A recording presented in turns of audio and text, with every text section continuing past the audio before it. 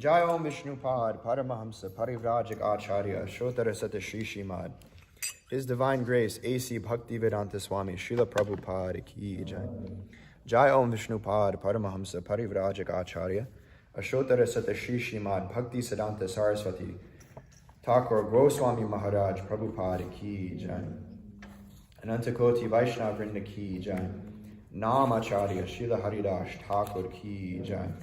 Prem se Gaho Shri Krishna Chaitanya, Prabhu Nityananda, Shri Advaita Gadadhar Shivasari Gaura Bhakta Vrinda Ki Jai. Shri Shri Radha Krishna Gopi Gopi Go Shama Kunda Radha Kunda Giri Govardhan Ki Jai. Srimad Bhagavatam Ki Jai. Nitai Gaura Premanandi Hari Hari Bol. All gloriously assembled devotees, Hare Krishna. All gloriously assembled devotees, Hare Krishna. All gloriously assembled devotees, Hare Krishna. All glories to Sri Guru and Sri Gauranga. All glories to Srila Prabhupada.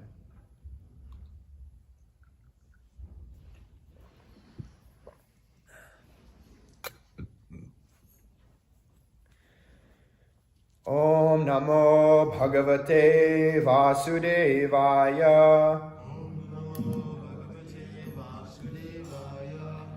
Om Namo Bhagavate Vasudevaya. Om Namo Bhagavate Vasudevaya. Reading from Srimad Bhagavatam, Canto 3, Chapter 2, Text number 9.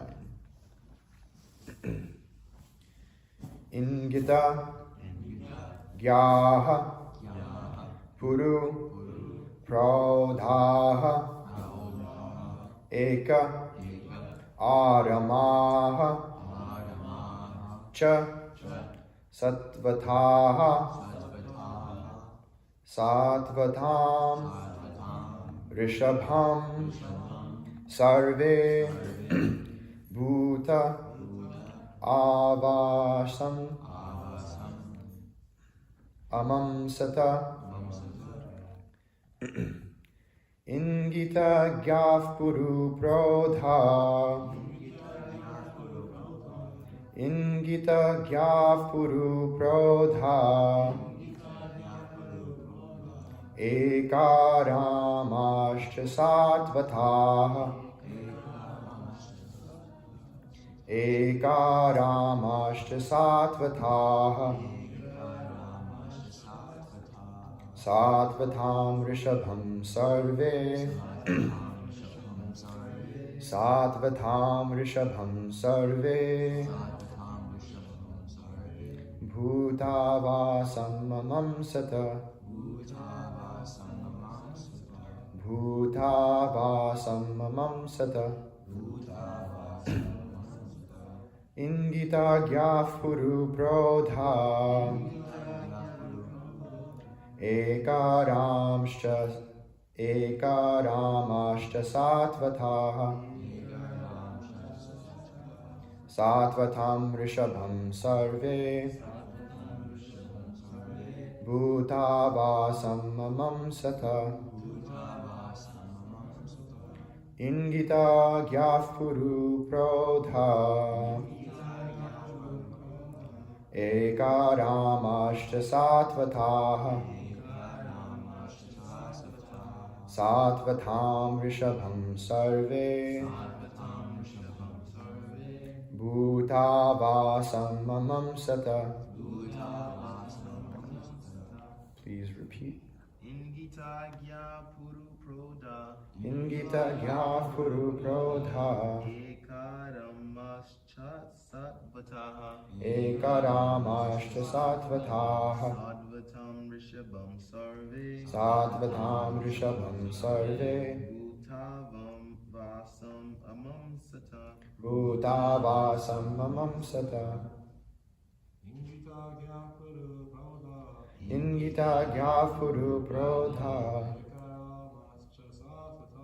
Ekaramashta Satvataha Satvatam Rishabham Sarve Bhutavasam Mamam Sata Ingita Gyafuru Prodha Ekaramashta Satvataha Satvatam Rishabham Sarve Bhutavasam Mamam Sata Ingita Gyafuru Prodha Ekaramashta Satvataha Satvatam Rishabham Sarve Bhutavasam Mamam Sata. Mataji. Ingita Gyafuru Prodha Ekaramashta Satvataha Satvatam Rishabham Sarve Bhutavasam Mamam Sata Ingita Gyafuru Prodha Ekaramashta Satvataha Satvatam Rishabham Sarve Bhutavasam Mamam Sata Ingita Gyafuru Prodha Ekaramashta Satvataha Satvatam Rishabham Sarve Bhutavasam Mamam Sata Ingita Gyaha expertly in psychic study. Puru Prodhaha highly experienced. Eka one. Aramaha relaxation. Cha also. Satvataha devotees or own men. Satvatam Rishabham head of the family. Sarve all. Bhuta Avasam all pervading. Amam Sata good thing. Translation and purport by His Divine Grace A.C. Bhaktivedanta Swami Srila Prabhupada. Translation. The Yadus were all experienced devotees, learned and expert in psychic study. Over and above this, they were always with the Lord in all kinds of relaxations, and still they were only able to know him as the one supreme who dwells everywhere. Purport. In the Vedas, it is said that the Supreme Lord, or Paramatma, cannot be understood simply by the strength of one's own erudition or power of mental speculation. Nayam Atma Pravachanena Labhyona Madhyana Bahuna Shrutena. Kata Upanishad 1:2-23. He can be known only by one who has the mercy of the Lord. The Yadavas were all exceptionally learned and experienced, but in spite of their knowledge of the Lord as the one who lives in everyone's heart, they cannot understand that he is the original personality of Godhead. This lack of knowledge was not due to their insufficient erudition, it was due to their misfortune. In Vrindavan, however, the Lord was not even known as the Paramatma, because the residents of Vrindavan were pure, unconventional devotees of the Lord and could not think of him and could think of him only as their object of love. They did not know that he is the personality of Godhead. The Yadus, or residents of Dvaraka, however, could know Lord Krishna as Vasudeva, or the super soul living everywhere, but not as the Supreme Lord. As scholars of the Vedas, they verified the Vedic hymns. Eko Devata, Sarva Bhuta Divasaha, Antaryami, Vrishninam Paradevata. The Yadus therefore accepted Lord Krishna as the super soul incarnated in their families, and not more than that. Om Jnana Timirandasya Jnananjana Shalakaya Chakshurum Militam Yena Tasmai Shri Guruve Namaha Shri Chaitanya Manobhishtam Stapitam Yena Bhutale Svayam Rupa Kadamayam Dadati Svapadantikam Vandeham Shri Guru Shri Yutaf Parakamalam Shri Gurun Vaishnavamshta Shri Rupam Sagrajatam Sahagana Raghunatam Vidam Tam Sajivam Sarvetam Savadutam Parijana Sahitam Krishna Chaitanya Devam Shri Radha Krishna Padan Sahagana Lalita Shri Vishakam Vitamscha He Krishna Karuna Sindhu Dinabandhu Jagatpate Gopesha Gopika Kanta Radha Kanta Namostute Tapta Kanchana Gaurangi Radhe Vrindavaneshwari Vrishabhanu Sute Devi Pranamami Hari Priye Vanshakalpatarubhyascha Kripa Sindhubhya Evacha Patitanam Pavanebhyo Vaishnavebhyo Namo Namaha Nama Om Vishnupadaya Krishna Presthaya Bhutale Shrimate Bhakti Vikasa Swaminiti Namine Nama Om Vishnupadaya Krishna Presthaya Bhutale Shrimate Bhakti Vedanta Swaminiti Namine Namaste Saraswate Deve Gauravani Pracharine Nirvishesha Shunyavadi Pashtatyade Shatarine Jaya Shri Krishna Chaitanya Prabhu Nityananda Shri Advaita Gadadhara Shivasari Gaura Bhakta Vrinda Hare Krishna Krishna Krishna Hare Hare Hare Rama Rama Rama Hare Hare. In Gita Gyaf Puru Prodha Ekaramashta Satvataha Satvatam Rishabam Sarve Bhutavasam Amam Sata.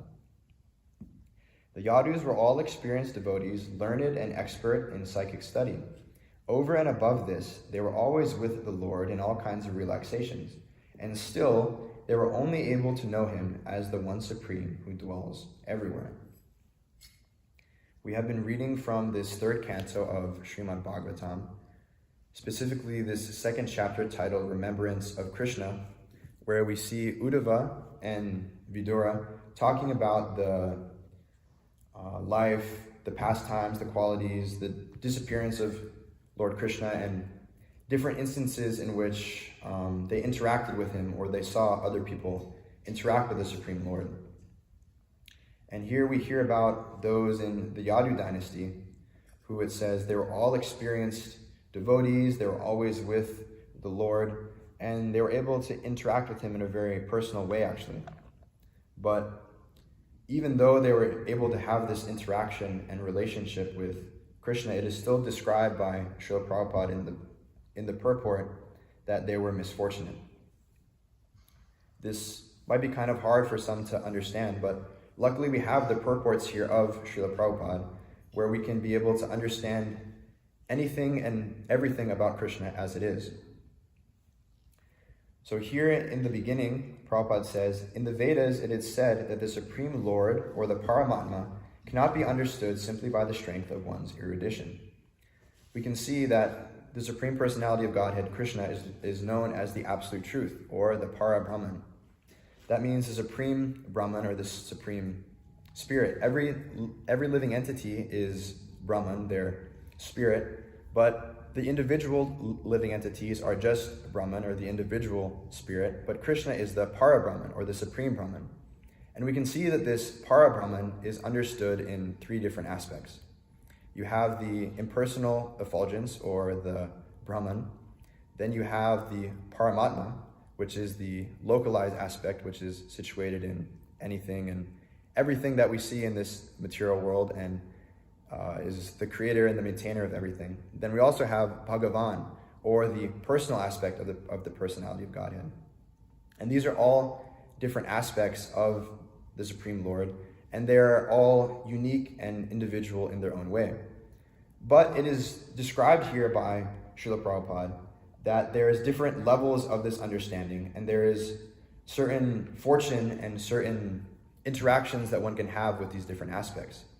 We can see that the karmis just generally going through in the material world, they don't really know or want to understand anything of God, because they want to take this world for their own enjoyment.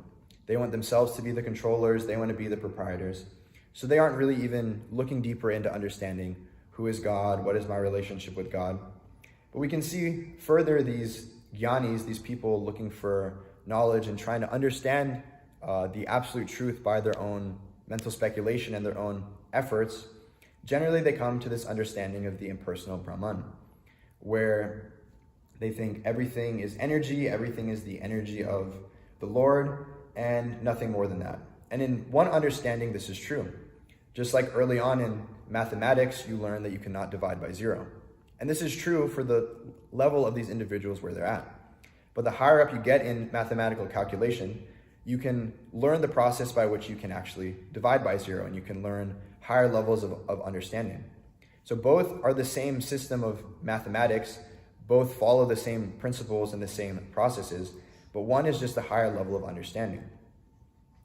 So we can see that the Paramatma is generally understood by the yogis, or those who can understand the impersonal Brahman in this aspect, but they still want to go deeper, and they find that the understanding of the super soul, or the Paramatma, situated not only with them, but in all of the living beings. And we can see that even beyond this, there's a higher understanding, that of the bhaktas, or those who are devotees of the Lord, and they can understand this Bhagavan, this personal aspect of the Supreme Lord, the Supreme Personality of Godhead, as Srila Prabhupada would often translate it. So these three understandings, Paramatma, Brahman, and Bhagavan, they're all different aspects of the Supreme Lord. And these different aspects are described in different ways throughout Prabhupada's books. I'll pull up one verse here from Srimad Bhagavatam. It is, Vadanti tat tattva vidas tattvam yaj jnanam advayam brahmeti paramatmeti bhagavan iti shabdyate.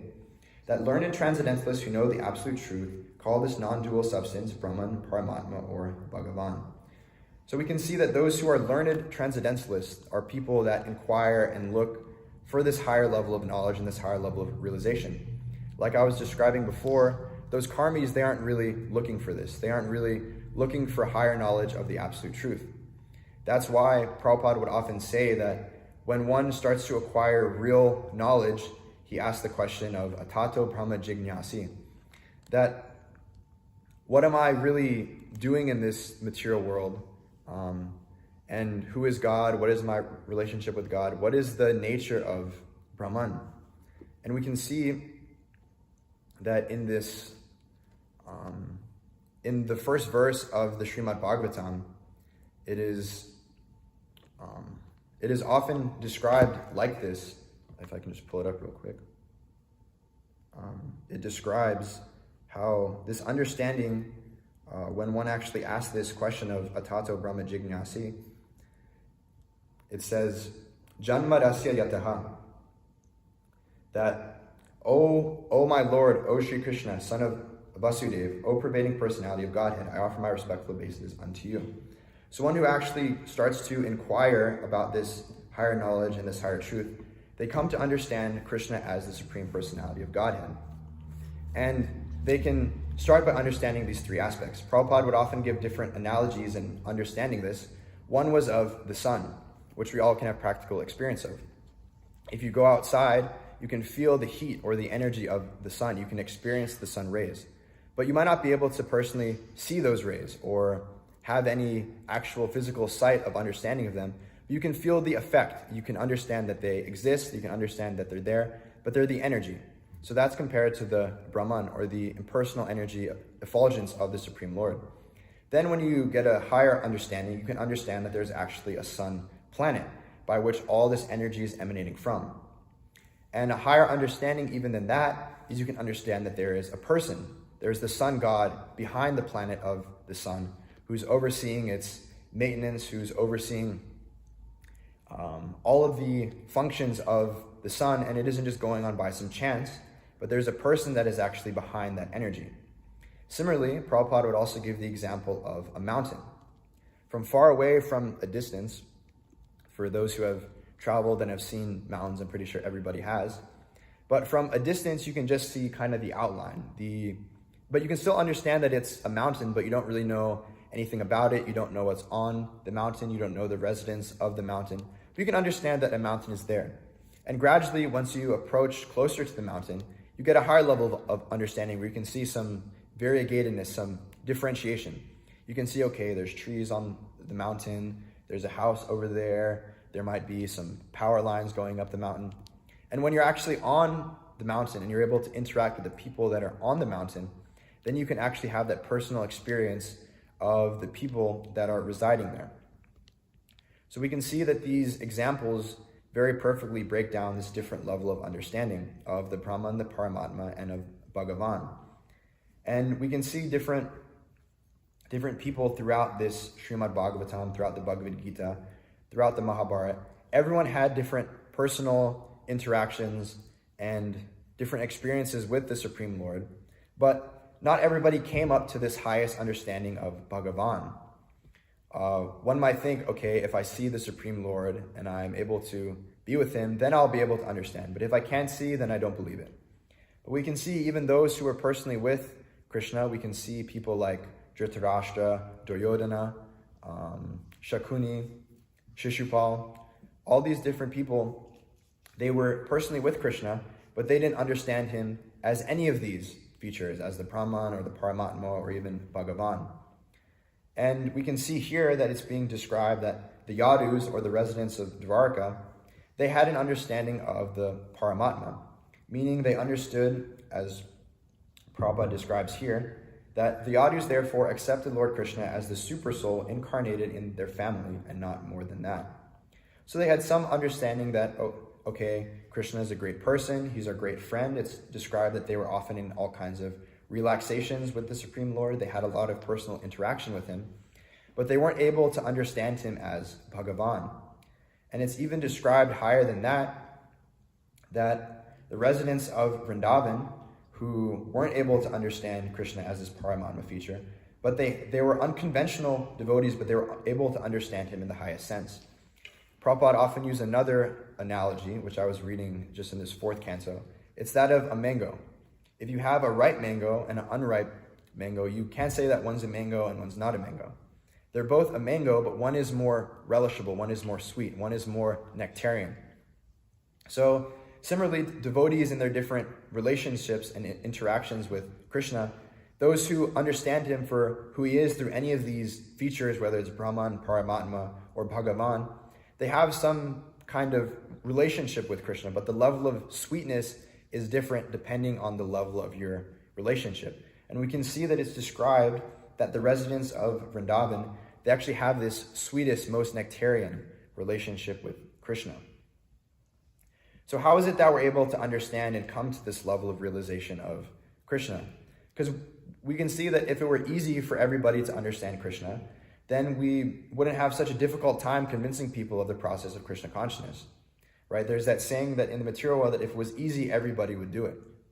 But we can see that it isn't just we have thousands and thousands of people coming through our doors every Sunday for the Sunday program, asking us who is Krishna, how can I develop my relationship with Krishna. In fact, it's described as very rare for someone to come to this platform of asking, okay, who is Krishna, how can I understand Krishna, and how can I deepen my relationship with him and then act in my relationship with him.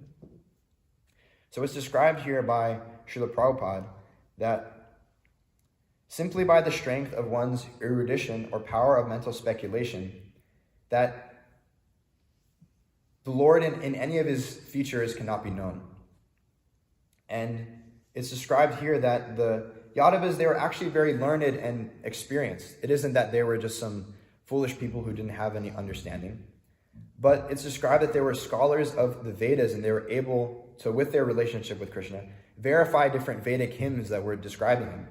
So it isn't just that they were people that didn't understand anything, but they actually had a high level of intelligence. They were very learned in the Shastras, very learned in the scriptures, very learned in all aspects of spiritual and material activities, but yet they were only able to get so far in their understanding. It's described here, Prabhupada cites this verse Prabhupada says here, it's from the Katha Upanishad, and Prabhupada doesn't really give the direct translation here, so I looked it up. It says, "The Supreme Lord is not obtained by expert explanations, by vast intelligence, or even by much hearing. He is obtained only by one whom he himself chooses. To such a person he manifests his own form." So we can see that so many people, so many scholars, they take the Bhagavad Gita, they take the Srimad Bhagavatam. They're reading the same books, the same purports that the bhaktas or the devotees might be reading, but they don't come to the same understanding that Krishna is the Supreme Personality of Godhead. This is because we cannot understand Krishna just based off of our mundane intelligence or our own mental speculation.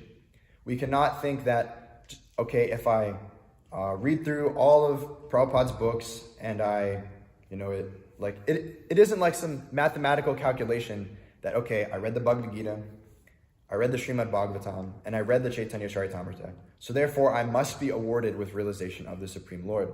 It doesn't work like that. It isn't just because one is learned and one is intelligent that one automatically comes to understand Krishna. In fact, we can understand that sometimes this over-intelligence can become a stumbling block in one's devotional service. This is called ati buddhi, or over-intelligence. So one who is over-intelligent, we have the understanding that generally one who comes from a high birth, one with lots of money, they might be from a higher class family, they might be born with higher intelligence. These things can be helpful for one understanding Krishna, and they can kind of help one in coming to Krishna consciousness, but it can also be a hindrance in one's advancement. Because one might think, oh, I already know everything, oh, I can already understand this based off of my own understanding. Some might even come to the platform that, oh, I don't need a guru, I can just understand everything myself. And we can see that this ati buddhi, or over-intelligence, it actually leads one to being prideful and very puffed up. And it's understood, I was listening to a lecture by Mahotsa Prabhu recently, and he was describing how that the personality of Kali actually resides in the heart of those who are very prideful. So one cannot make advancement in devotional service and still be harboring this pride in their heart because they're harboring the personality of Kali. One cannot be prideful and make continued advancements in devotional service. And I was actually looking up this word, ati buddhi, the other day through different statements in Prabhupada's books and different conversations.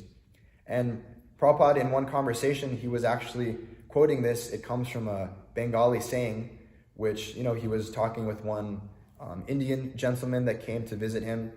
And they were talking about different people's intelligence and level of understanding. And Prabhupada quoted this, Ati Bhuti Galaya Deke, which means that over-intelligence means one should be hanged.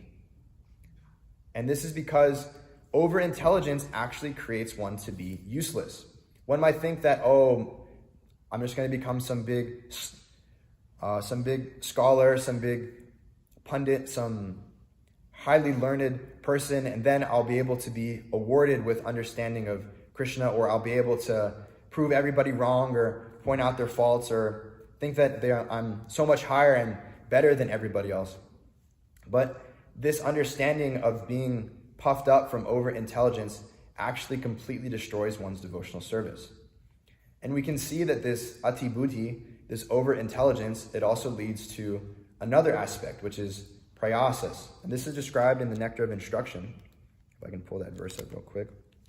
In the second verse of the Upadeshamrita, it is Atyaharav prayasascha prajabo niyamagraha janasangashthalo yamcha shadbir bhaktir vinashyati. That one's devotional service is spoiled when he becomes too entangled in the following 6 activities. Eating more than necessary or collecting more funds than required. 2, over-endeavoring for mundane things that are very difficult to obtain. 3, talking unnecessarily about mundane subject matters.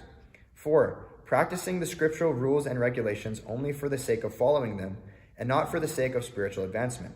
Or rejecting the rules and regulations of the scriptures and working independently or whimsically.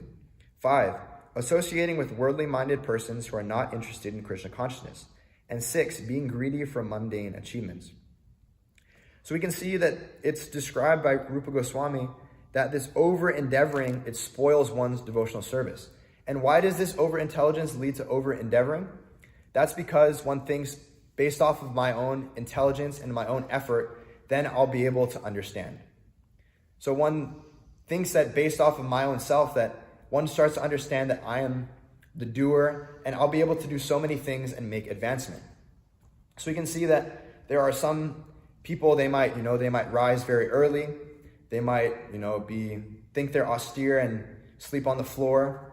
They might think they're very renounced by following some specific diet or eating very little, or think that they're advanced by sleeping very, very little and still being able to go throughout their day. But we can see that people that are doing these things, it's like, what is the use of your high austerity if you're not actually understanding anything from Prabhupada's books?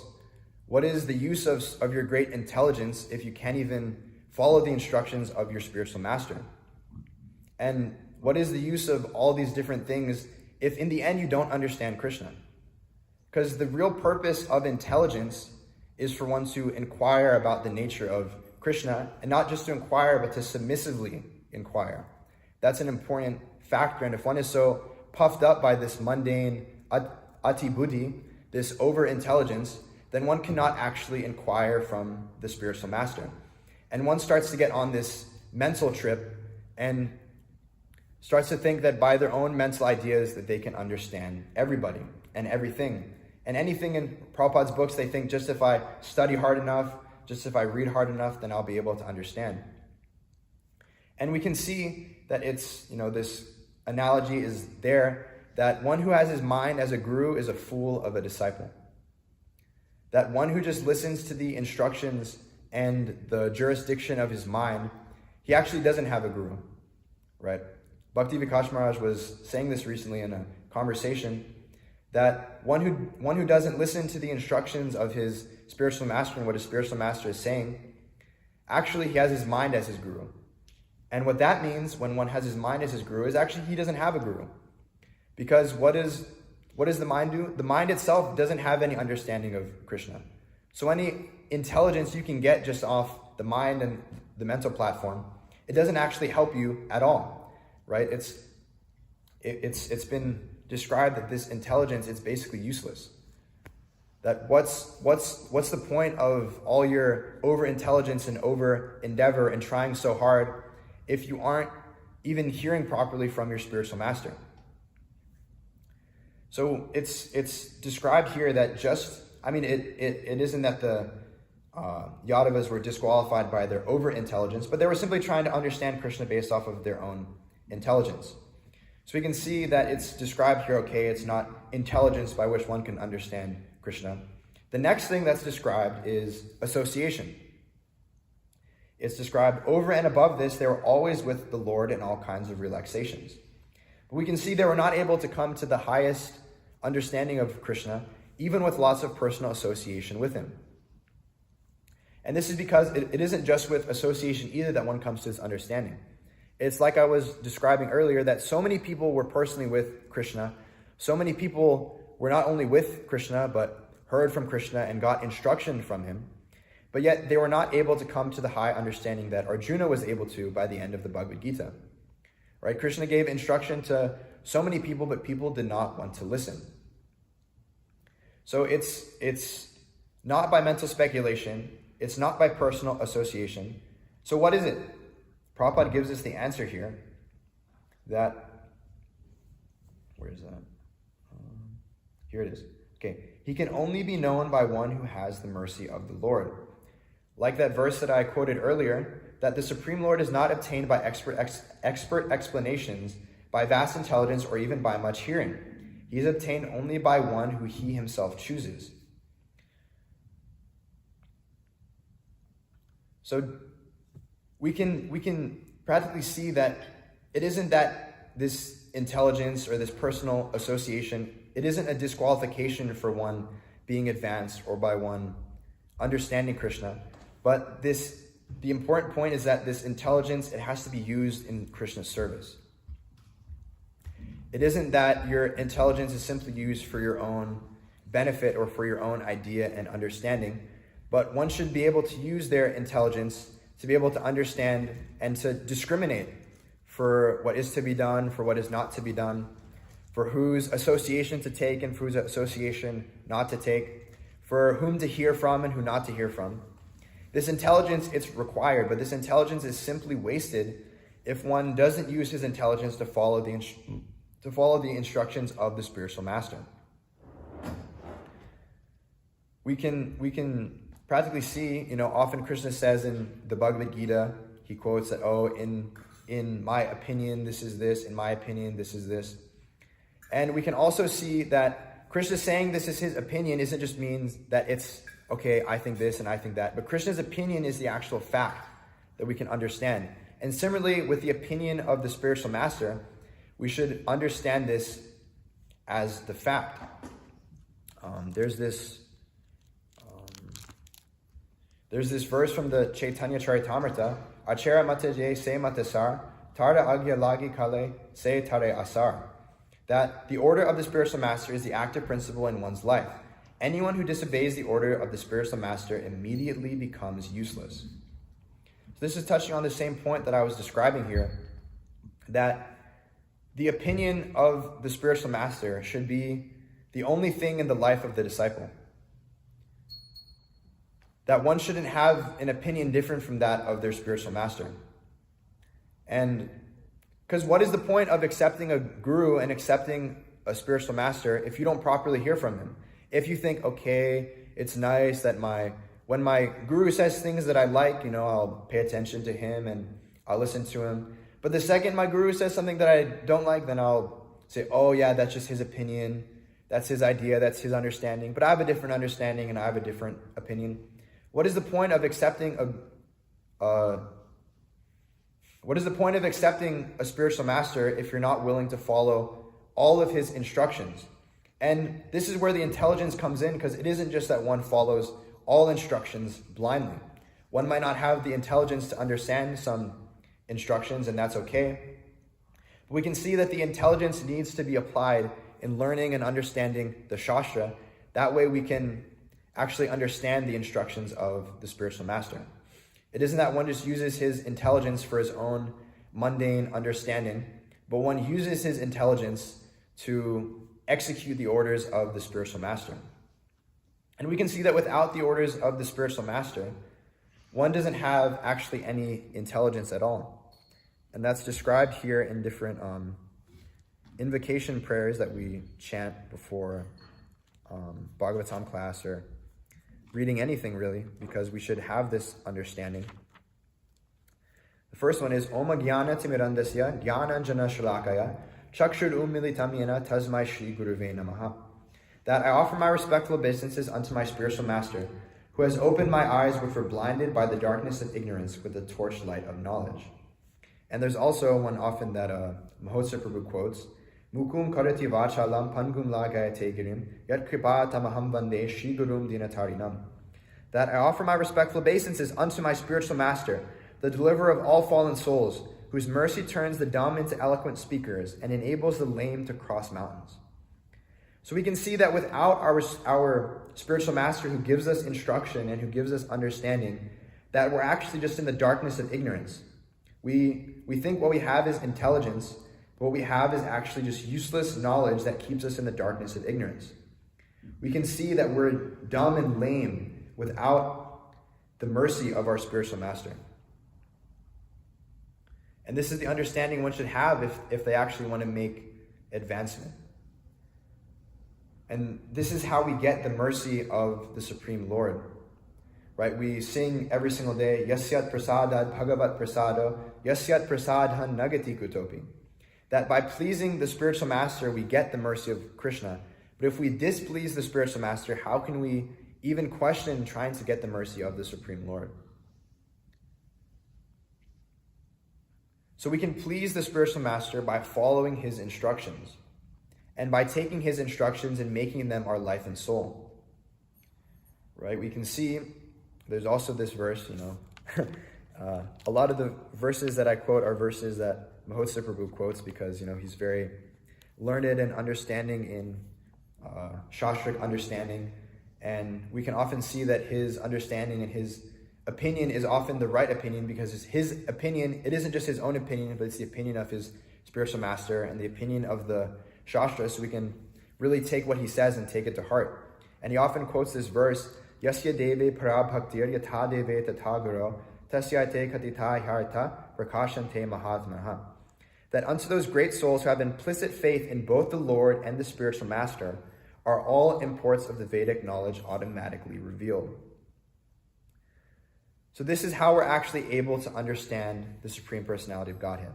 And not just the Supreme Personality of Godhead in his Brahman feature or his Paramatma feature, or even as the Supreme Lord in Vaikuntha, but we're able to relish that highest nectarian understanding of Krishna, of that the residents of Vrindavan have, by having implicit faith in the Lord and the spiritual master. So, by having implicit faith in the spiritual master, one should take everything he says to heart, and that way everything will be revealed in time.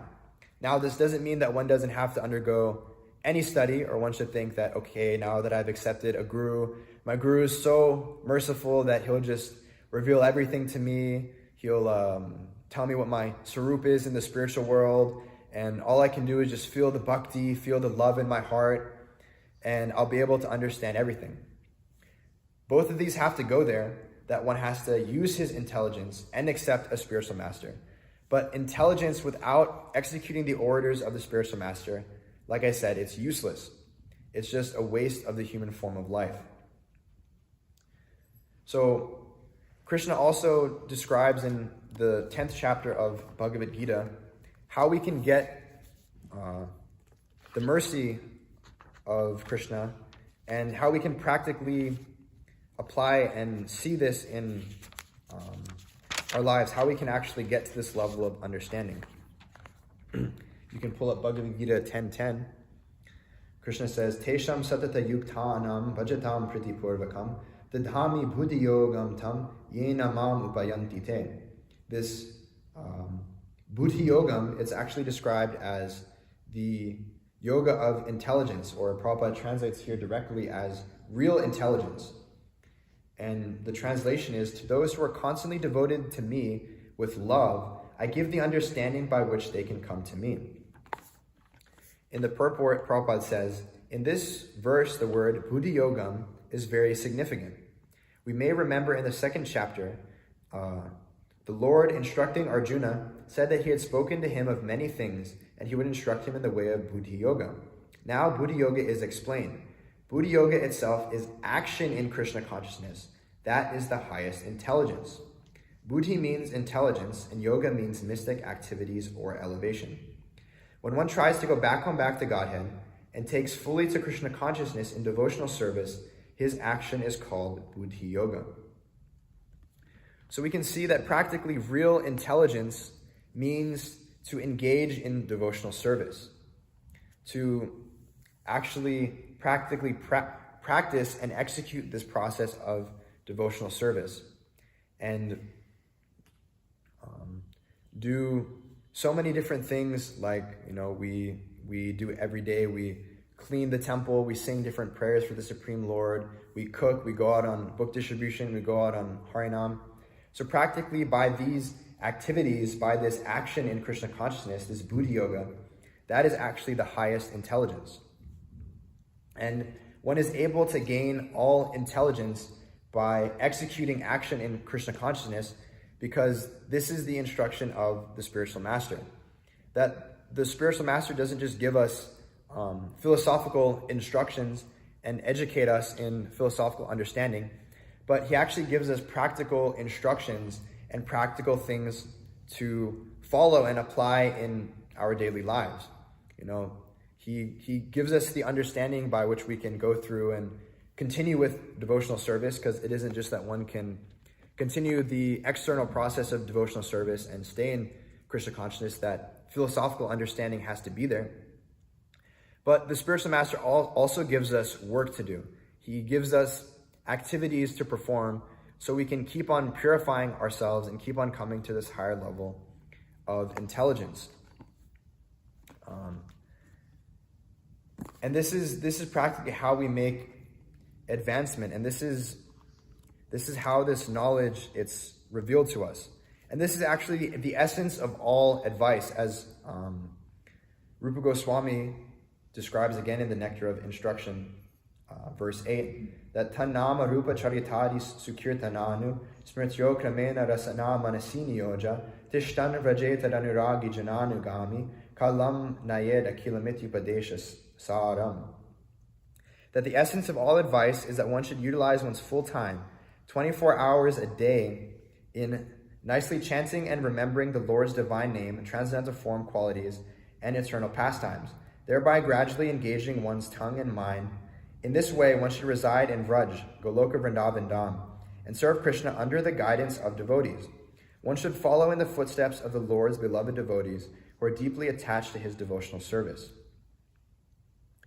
So the essence of how one can gain real intelligence, how one can execute the orders of the spiritual master, and how one can actually come to this highest level of realization of the Supreme Lord, is described here, that 24 hours a day one should be chanting, remembering, one should be using one's tongue and mind in the service of the Lord, and one should follow in the footsteps of the Lord's beloved devotees who are actually executing the orders of the Supreme Lord and their own spiritual master. Prabhupada would often say that all I'm doing is simply following the order of my guru, who's following the order of his guru, who's following the order of his guru.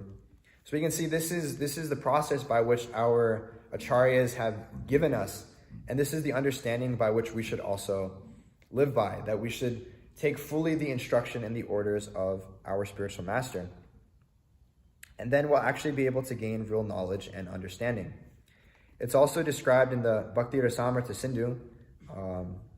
Brigupati Prabhu was just here recently, and he has this booklet which he titled Sevan Mukhe Hi Jivadho.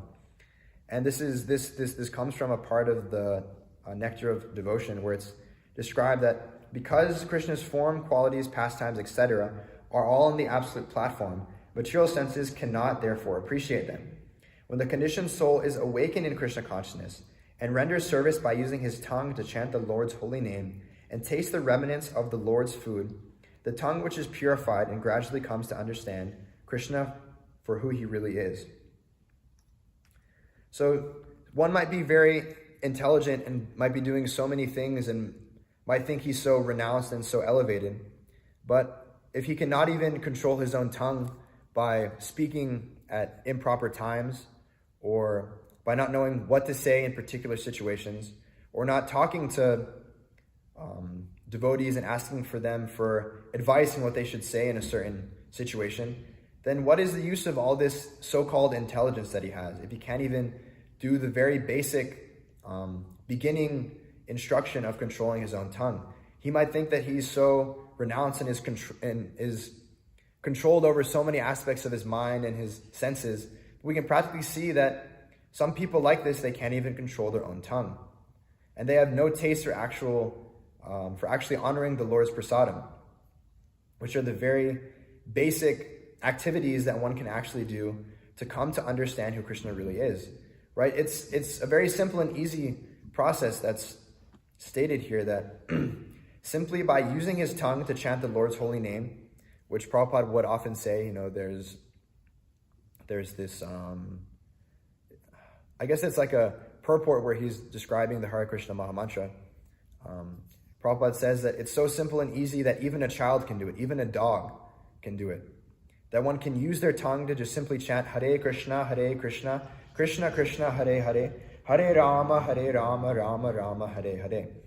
And the other thing that's stated here is to taste the remnants of the Lord's food, to honor prasadam. Like, how easy is that, especially here when we have such amazing cooks like Kalki Prabhu, Mitravan Prabhu, Chandan Acharya Prabhu, who, I was talking to Chandan Acharya Prabhu yesterday, and then he was saying, like, yeah, every single time that I go in the kitchen, people are like, are we having a feast today? Or like, what's going on?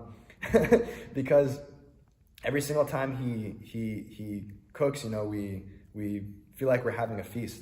So how easy is it, especially here, like I was saying, just to simply chant the holy name and to honor prasadam? This seems like the easiest process possible that one can come to understand Krishna for who he really is. But like I was saying before, if it was simply this easy, then everybody would be at the highest level of understanding of Krishna. So why is this not happening? It's like I was saying earlier. People have these anarthas that are deep in their heart that they're not able to realize by themselves. Even if one might have such high intelligence, he isn't even able, because he might be so proud or so puffed up, he isn't even able to understand simple anarthas that everybody else can see. And that's another reason why the association that we have here is so important. We have devotees like Vishnu Chinna Prabhu, like Mahotsa Prabhu, like Chandan Acharya Prabhu, like Kalki Prabhu, who are able to point out these faults that we have and are able to tell us, like, hey, like what you're doing, or this understanding that you have, or this idea that you might be subscribing to, or this person that you might be hearing from, this is actually destroying your Krishna consciousness. And because of the association of the devotees here, we're actually able to make this practical advancement. So what we should do is we should actually hear from our spiritual master. We should hear from the devotees here. And we should not only just do the external process of hearing, because it's described that real hearing results in action. One might be able to sit in all of the lectures of their spiritual master, but if they don't actually follow his instructions and they don't actually do what he's asking them to or telling them to do, then what is the use of all of his hearing? Similarly, one might act so humble before his senior godbrothers, but when they give him instruction or things to do and he doesn't take up that instruction, what is the use of his humility? It's simply just a show. So we should actually take very seriously the instructions of our spiritual master and his bona fide representatives. And in this way, we'll actually be able to get the mercy of Krishna. And this way, he'll be able to give us this higher understanding.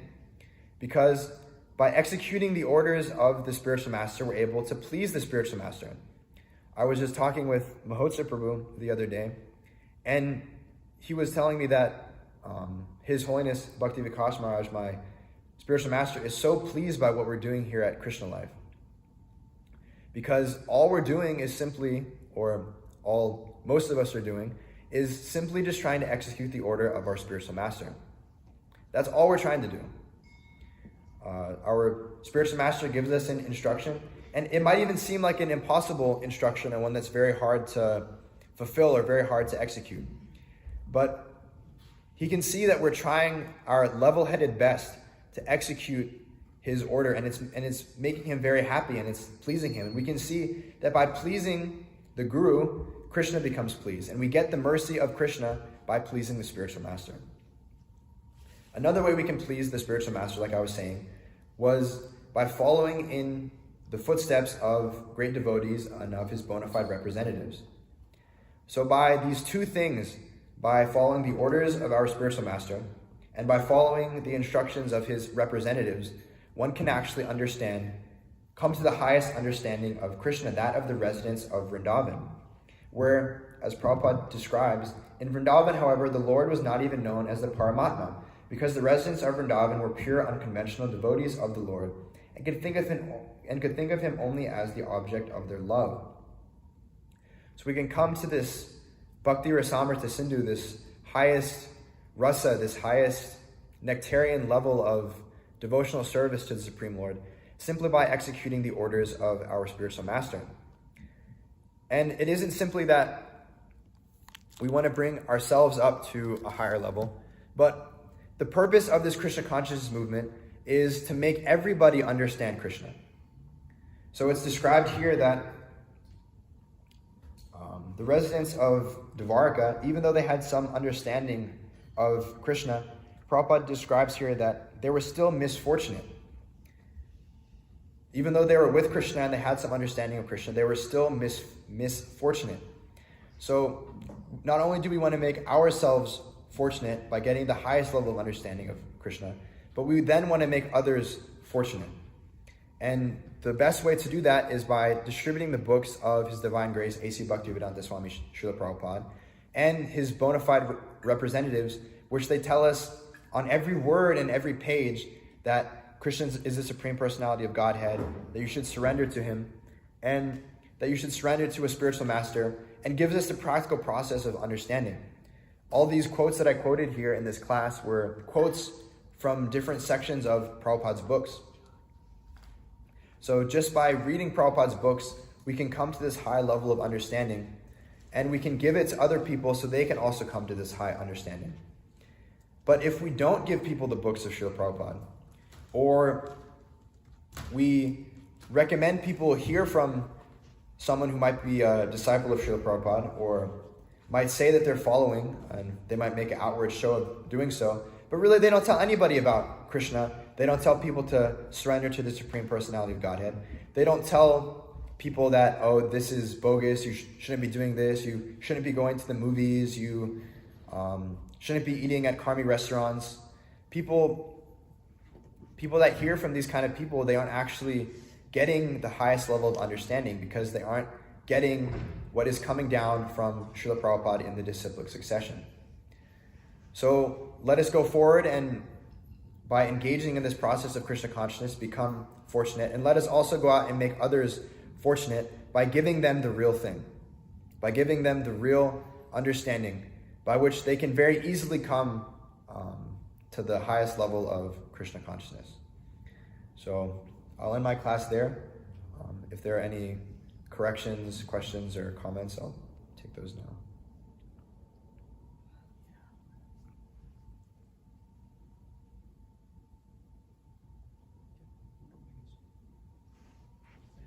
Maybe just a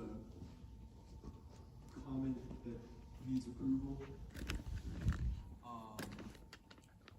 So like, you're talking about how intelligence or things that we may be good at can actually be obstacles in our devotional service. I was just thinking, from what I've seen how devotees act, and just from my observation, I've seen that it's recommended to hold off. Like, for instance, if one is so good, if one is so good at cooking that they become puffed up by doing it, then it's recommended that they hold off and don't cook for some time, and then once they become qualified, then they'll begin to cook again. Is that the case?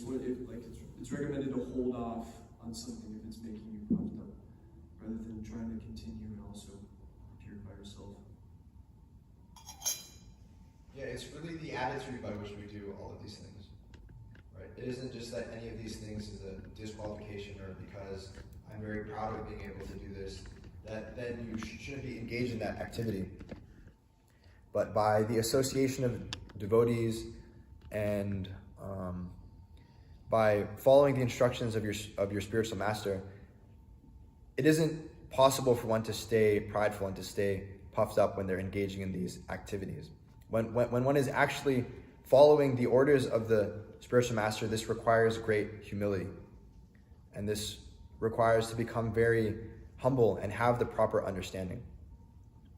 So gradually, one can actually purify their different aspects that they have. One might be very smart, one might be a good cook, one might be good at different other aspects in the material world. And gradually, by using these things in unmotivated and uninterrupted devotional service, that attitude will begin to diminish, and one will be able to actually execute these activities with the proper mindset and the proper attitude. So you kind of have to see based off the individual, that senior devotees will be able to tell and see, okay, like this activity, it isn't helping someone, but it's actually holding them back in devotional service. So they might recommend them to do some other activity that they might not necessarily be as good at. Of course, they should still be good at it, and they should be able to execute it at a practical rate. So it kind of just depends on the individual. That for some people, it might be recommended that they stop doing a certain activity. For some people, it might be recommended that they do the same activity just under a little more guidance. And for some other people, it might be recommended that they just keep on going as they're doing, and gradually they'll become purified. So you kind of have to inquire from your senior devotees and your spiritual master, and they'll be able to tell you what is best and how to implement that practically in your life. At least that's my understanding. Does that help? Another quick one. I personally have these thoughts myself, and I know others have also. You get puffed up by doing something or exhibiting some good quality. By exhibiting some good quality that Krishna gives you, you become puffed up, and therefore you resolve to just be an idiot, or just like be incompetent. And that way you won't get puffed up. And I mean, in a similar light, you have people who are certainly qualified to become gurus, but they don't want to become a guru because they may be afraid that they'll become puffed up. And so, anyways, I don't know if this is a question, it's just a comment, I guess, but people are, devotees need to become prominent in the world, but at the same time remain humble, and many devotees don't want to take up responsibility because they'll get puffed up. Yeah, it's my spiritual master would quote this sometimes, that one should feel like a fool in front of their spiritual master, but that doesn't mean that one should act like one. So it isn't just by like acting like an idiot or doing like stupid things and you'll be able to, oh, now I'm so humble, now I can't be like puffed up because like everything I do, I just like mess up, and like every single time I go in the kitchen, I don't put salt in anything, I purposely burn the pot, I make too little or too much quantity just because I purposely want to mess up, and then I'll become so humble and have so much humility. But it actually comes from philosophical understanding that one actually starts to be able to not become puffed up because they're actually able to understand. And that's one of the problems with this ati buddhi, this over-intelligence, because one might make a mistake here and there, they might these are still pretty major things, but one might like lose a credit card or leave the van unlocked or like completely space out on something, or they might burn the khichdi in the morning. But these are like small things that can be fixed, and it isn't like there's an error in one's philosophical understanding. But with one's over-intelligence, where they accept by their own mind they can understand everything, that actually leads people to have wrong philosophical conclusions in some instances. And that's something that's more dangerous than any of these so-called space outs and mishaps, because, if someone just like a little spaced out so they can continue to do devotional service, but if one actually has a philosophical difference from that of his own spiritual master, then that leads to complete ruination in one's spiritual life. So if one is just puffed up because of other small things based off of the fact that they're so good at doing it, gradually by continuing to read Prabhupada's books and associate with devotees and hear from their own spiritual master, gradually they'll come to the philosophical understanding that, hey, like I shouldn't be puffed up about this, and actually and gradually as we advance in Krishna consciousness, people will start to look up to you and ask and take advice from you.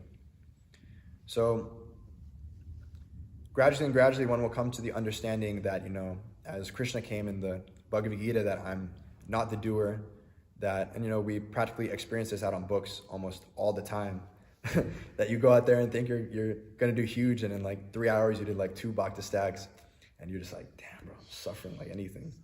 But then you come to this understanding that, okay, everything I'm doing is by the mercy of the devotees and the mercy of my spiritual master. And then all of a sudden you just start to do huge because you have the right understanding. So similarly with other activities in devotional service that we do, by coming to the right understanding, by not being puffed up and understanding that everything is due to the mercy of Krishna, the devotees, and the spiritual master, then we'll actually come to the highest level of understanding. If that makes sense.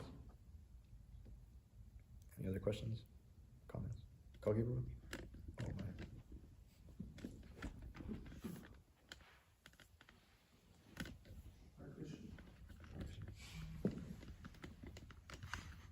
Just kind of another angle on the whole puffed up topic. I was listening to a class the other day, and I've heard this point before, but Bhaktisiddhanta Saraswati Thakur, in order to spread his movement in Krishna consciousness, he would engage that kind of like prideful propensities of some of his disciples. And, by giving like positions and giving titles and all these things to enthuse them to stick with the movement. Because also, the thing is, we may be very prideful in Krishna consciousness. And our advancement in Krishna consciousness may not be, reciprocal to that. Yeah. We may be not very advanced, but like very good materially in some different thing. And, if we were to get taken away from whatever it is that we're good at, we may leave Krishna consciousness as a result. So anyways, that kind of like situation is there. So anyways, Bhaktisiddhanta Saraswati Thakur would give, okay, like you're so intelligent, you're so learned, or you're so amazing, like, here's this position, and people stay with that. And anyways, there's stories also, what is that? Bhaktisiddhanta Saraswati Thakur's little, like, moral book or whatever. I forget the name of it. We're just talking about it the other day. Yeah, I forget, I think. Upanayam, something like that, Upanayam. But anyways, he tells that story in there about this almond rice, anyways, to tell that story short, but he told one cook or one person, make this almond rice for everybody, for your servants. So then he makes it, and then the servants, they leave and they can't find it anywhere else, and then they come back and then they're faithful servants again. So anyways, he gives a purport to that by generally people sometimes in Krishna consciousness, like they may leave the society, but then they come back due to the claim that they received. Anyways, that's kind of the other side of that. But one question I had was, one may argue, we're talking so much about being overly intelligent, ati-buddhi. So one may argue that, for instance, like anything like in the material world and the material spirit, like if we want to understand it, then we like study it really hard. Someone wants to be a doctor, then they go to whatever medical school. Someone wants to be, I don't know, so many things. Engineer, whatever, software engineer, and this, whatever, software boot camp. So then with spiritual Krishna consciousness, then if we just, apply our brain power so much, then we can understand Krishna. If we read Bhagavad Gita, we read the whole Srimad Bhagavatam, we read the Chaitanya Charitamrita, we enlist in the university and study under the professor of Vaishnavism, then we can understand Krishna consciousness. So it's, and whatever, I know so many slokas and know so many things, so then how can you say, I don't understand Krishna? I know more than all the devotees in your society. Yeah, we can practically see it described here that all of the members of the Yadu dynasty, they were described that they knew so many Vedic hymns and that they had so much knowledge. They were very learned, very experienced, and not only did they have the book knowledge, but they had practical knowledge and understanding too. And there's that, at least when you were asking this question, this story came to my mind of the devotee who was reading the book upside down, that he didn't know how to read and couldn't, by his intelligence, couldn't understand the absolute truth, the Supreme Personality of Godhead. He couldn't understand Krishna just off his own intelligence, but he was reading the Bhagavad Gita basically like this, upside down, and he was crying, and he was making the point that Krishna took the position of Arjuna's charioteer. Like, how amazing is that? So, like I was saying, it isn't just that because one is intelligent, he can't be a devotee. And we can see that those who are intelligent, often it makes it easier for them to understand topics philosophically and intellectually. But that can also be a hindrance when when one becomes puffed up about it. So it isn't that one needs to have this intellectual level of understanding to understand Krishna and understand the Vedic literatures.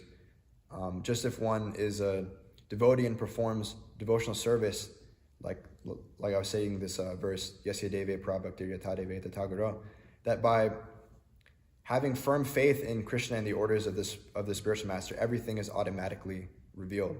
So simply by performing devotional service, we can actually come to this higher level of understanding. Because, like I said, that highest level of understanding, it isn't some like you'll practice devotional service for so long, and then this like hidden shloka will come into your mind, and when you recite it, then you'll understand Krishna. But the highest level of Krishna consciousness is actually executing more devotional service. That the essence of all advice is to 24 hours a day execute devotional service. So that's how I would answer that. And also on the point that you were making before on how Bhaktisiddhanta Saraswati Thakur would often engage his disciples' propensities, we can also see with Srila Prabhupada too that some of his disciples would make some mistakes, or like they would be having some problem, and then the next thing Prabhupada would do was give them some high position or give them sannyas, right? So Prabhupada and the bona fide spiritual master, they're expert physicians, they're expert doctors that based on anyone's disease, they can prescribe the right medicine. So you might think that, if someone's like spaced out and they made this big mistake, then like they should be like kicked out of Krishna consciousness or something. But these same people, Prabhupada would give them sannyas and tell them, you'll go here to preach, you'll go here to preach, you'll go to Middle East to preach, you'll go to China to preach, you'll go to South America to preach. So Prabhupada was able to see that by continuing to execute Krishna consciousness at a high level, that then they would actually become free from these propensities that they had. Anything else? Mataji, any questions? Devyani Mataji?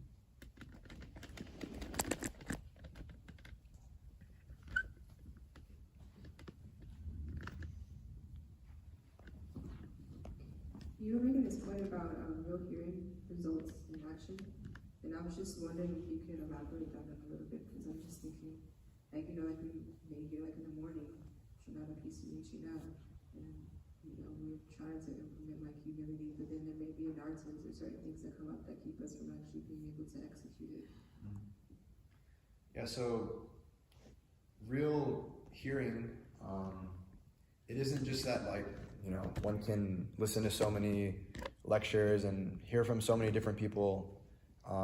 But if that doesn't actually result in people performing devotional service, and that doesn't result in like the practical aspect, then what is the point of someone's hearing? So if someone every day chants Trinadapi Sunichena Tarora Vasahishuna Manina Manadena Kirtaniya Sadahari, but then all they do every single day is just like put people down, they're like super puffed up in every single situation, and they consider themselves to be better than everybody else, and they're like, why isn't everybody praising me? I'm so great, I'm so awesome, where's like my praise, like where's my pada puja, where's my garland? You know, it's that one might be hearing and chanting this verse of the Shikshastika every single day, but they aren't actually hearing because they aren't engaging in what practically that verse means and what that implies. So I guess the point specifically that I was making with the orders of the spiritual master, that if one hears certain instructions or certain aspects of the philosophy from the spiritual master, but that doesn't result in the practical application of those instructions, it's like what's the point of you sitting and hearing all these things if it doesn't actually result in the practical action afterwards? So, does that help?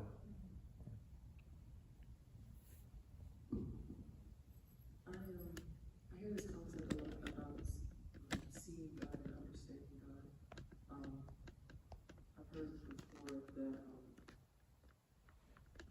and correct me if I'm wrong, that when we come to the temple or when we worship, it's not that we're meant to see God, but God is meant to see us. And then the other concept I heard is that if you put everything in God's hand, you'll see God's hand in everything. And then with understanding God, I've also heard that, of course, Krishna, he's inconceivable. So, to the point where, even when you do try to understand, you can't get the full grasp because, it's God. So my question is for practicing devotees, like, devotees, if they want to see God, if they want to, understand, is that wrong to want that desire, or is it maybe not possible, or is it possible? So one should want to understand Krishna, just like anyone who wants to have a personal relationship, friendship, or interaction with, especially if you're looking to serve this person. If you don't have any understanding of them, what they like, what they don't like, what their different actions and their qualities are, then there's no question of you actually trying to serve this person. So as devotees, we're trying to become servants of Krishna. And as servants of Krishna, that doesn't mean that we have to understand anything and everything about him, because that itself isn't even possible, right? Krishna is inconceivable, and knowledge about his name, form, qualities, and pastimes, they're unlimited. So it's not possible for us to know and understand everything. That's like when this Sat Chit Ananda is described as eternal, full of knowledge and full of bliss. Full of knowledge doesn't mean that when you go to the spiritual world, you know absolutely everything about Krishna, right? It's described that Krishna doesn't even know everything about himself, and then 1 second later he knows everything, and then there's something that he doesn't know. Then 1 second later he realizes that thing, and there's another thing that he doesn't know. So it isn't that we have to understand everything about Krishna to be devotees, but we have to understand enough to execute our devotional service. So like it's, for a practical example, Krishna's form is described through the Shastras and the Vedic literatures. And, we hear some people say, oh, God looks like this, or God is a woman, or, this is how I feel that God is. But it isn't just that, I can have my own understanding of God, and that's like, okay, and that's like the same thing. But we actually are able, through the Shastras, to know exactly what God looks like, what he likes, what he doesn't like. So some level of knowledge and understanding is required, but it isn't that one should think that because I don't know everything about Krishna that I can't be a devotee. Does that answer your question? Srimad Bhagavatam ki jai, Srila Prabhupada ki jai.